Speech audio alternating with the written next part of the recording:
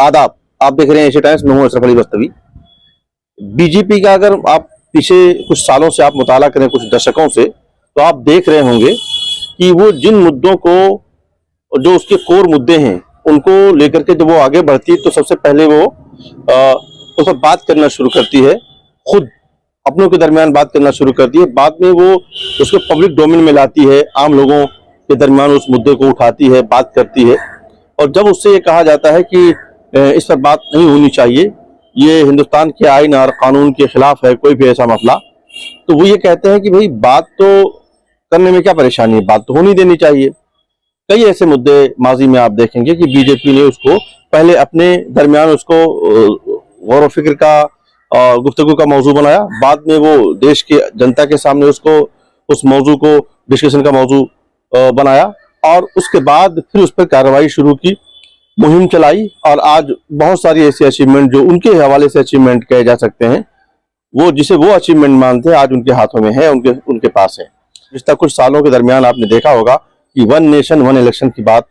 बड़े जोर शोर से बीजेपी ने इस पर चर्चा की। आम आदमी के दरमियान इस मौजू पर चर्चा शुरू हुई और 2 सितंबर 2023 को बाकायदा एक हाई लेवल कमेटी गठित की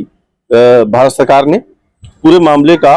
की फिजिबिलिटी क्या है, कैसे हो सकती है, एक हाई लेवल कमेटी इस पर गौर व फिक्र करे, एक रिपोर्ट तैयार करे। अब एक बाकायदा एक पब्लिक नोटिस अखबारात में जारी हुई है, जिसमें उन्होंने वन नेशन वन इलेक्शन पर आम जनमानस से, आम हिंदुस्तानियों से बाकायदा 15 जनवरी तक राय तलब की है कि 15 जनवरी तक जो लोग इसके फेवर में या इसके अगेंस्ट में तर्क दे रहे हैं, बोल रहे हैं, लिख रहे हैं, वो लोग लिख करके बाकायदा ईमेल के जरिए से, जो दिए गए ईमेल हैं उस पर बाकायदा ईमेल के जरिए से अपनी राय से आगाह करें, ताकि जो हाई लेवल जो कमेटी इन्होंने वन नेशन वन इलेक्शन की गठित की है, वो इस पर सबका जायजा लेने के बाद, तमाम रायों का जायजा लेने के बाद कोई हतमी मशवरा गवर्नमेंट ऑफ इंडिया को दे सके, ताकि उसमें ये कोशिश की जा रही है कि जो एडमिनिस्ट्रेटिव फ्रेमवर्क है इस वक्त, खासतौर से चुनाव को लेकर के जो फ्रेमवर्क बना हुआ है, उसको कैसे तब्दील किया जाए ताकि एक साथ ही तमाम इलेक्शंस हो सकें। तो बीजेपी को जो लोग जानते हैं पीछे से, जो बीजेपी की सियासत पर नजर रखते हैं, जो बीजेपी पर स्टडी करते हैं, जो संघ को जानते हैं, वो ये जानते हैं कि इनके जो अपने कोर मुद्दे हैं, जिनको इन्होंने अपने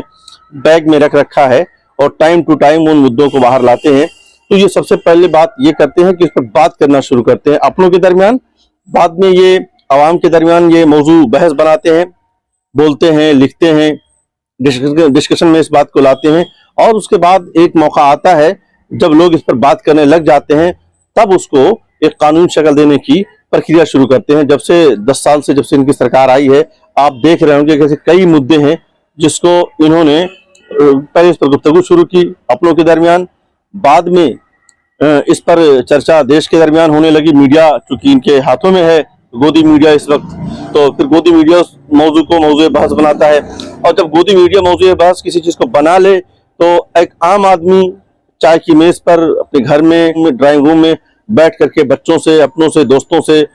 हर जगह हर मौजू पर गुफ्तगू शुरू हो जाती है। फिर उसके बाद समाजी तंजीमें हैं, पॉलिटिकल एक्टिविस्ट हैं, वो उसको काउंटर नैरेटिव तैयार करते हैं। तो गोया इस तरह से वो इस मामले में तो कामयाब होते हैं कि इसमें जो उनकी तब्दीली लाना चाहते हैं वो उसको सबसे पहले मौजू बहस बनाते हैं, और उसके बाद जब उसको चर्चा होने लगती है,